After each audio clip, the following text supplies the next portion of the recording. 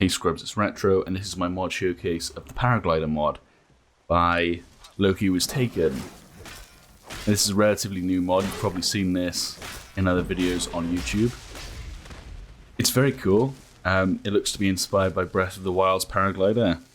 And at first I was slightly apprehensive about its inclusion in Skyrim. I was like, if it's going to be a bit gimpy, a bit gimmicky. However, upon playing the mod myself, I'm not going to spoil the quest. I think the quest that you must complete to get the Paraglider, it's funny, it's great. It's very short, but it's very funny. It's a nice, refreshing change, bit of dark humor. And I think that now that I've played with it for a couple of hours, yeah, I loved it. I think it's great. Essentially, the way it functions is you pick up the Paraglider, and when it's in your inventory, anytime that you jump, you can press the activate button, which for me is E, for many of you it'll be E, and the player character will whip out the Paraglider, put it above them, and you glide. Very seamless animations, you can see here, you probably saw it at the intro. It's really high quality mod.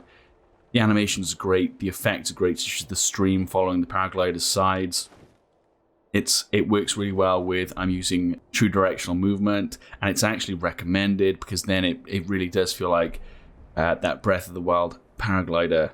This mod has been in development for nearly 6 months, and the mod author welcomes people to create retextures for the Paraglider, so I'm really excited to see what we're going to get in the next, well, I imagine it'll be a couple of weeks, maybe a month max, before we have Stormcloak Paragliders, Imperial Paragliders, maybe some Daedric themed Paragliders, maybe a Paraglider with like a skull on something. It'd be really cool. Can't wait to see some of those that come out. There are already animation replaces for the Paraglider, so you can ride on top of it. This is a very cool mod. However, very intuitive, a very simple mod that makes a very big difference. So I'm not going to be telling people how to get the Paraglider because it requires Nemesis and the installation of Nemesis, so I assume that people are, if you can do that, then you can read the mod page, and you probably have. You know exactly where to find it, what quest to activate it. You can find it in Valkyrie. That's all I'm going to say on that front.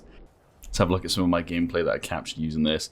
So I tested a couple of locations around Skyrim, such as Bleak Falls Barrow. Yeah, you can see it's not super fast, it's not super slow. It's a nice gliding speed, you know, it looks great, I really like it. I wasn't sure what I was going to think about it, but yeah, played with it, really enjoy it. I don't have footage, but I had a really cool instance where I basically base jumped from the cliffs opposite the Valtheim Towers, and I landed on the top of one of those towers, and it was just very cool.